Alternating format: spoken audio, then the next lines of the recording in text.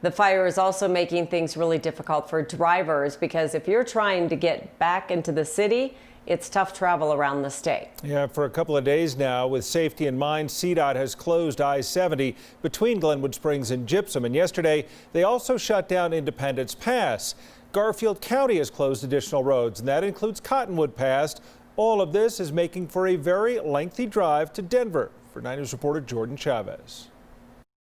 So we are about to take off on the road to Denver from the Glenwood Springs area, which typically this drive would take about 3.5 hours.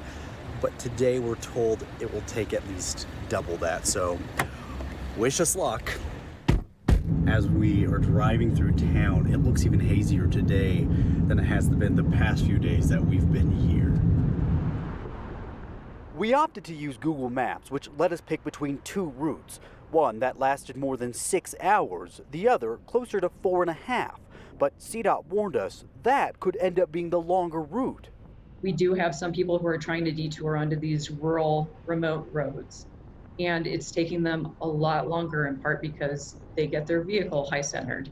They run into a lot of other people on the road. Thanks to CDOT's Elise Thatcher, we chose the physically longer route. She says they're working with different apps to remove detours with rural roads. And for people unfamiliar with the area trying to get to Denver, CDOT recommends this route.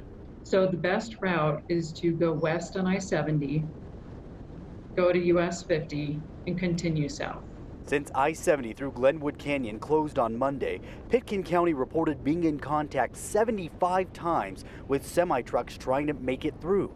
Thatcher says based on her own recent experience, she wouldn't recommend any driver try that. And I could see smoking trees, piles of ash, burnt trees on the side of the road. I could see where it's possible for flames to still spring up. She says until that risk goes away, that stretch of highway will remain closed. Somewhere between Glenwood Springs and Denver, Jordan Chavez, 9 News. Hopefully we'll see Jordan back soon. He's been covering that fire for us for a while now, and one can only imagine the economic impact it is having. The question being, when might I-70 reopen? Well, at this time, crews say the fire is continuing to burn on both sides of the interstate. So CDOT says there's no estimate as to when the highway will reopen. But of course, they do say they will alert drivers as soon as it is safe to do so.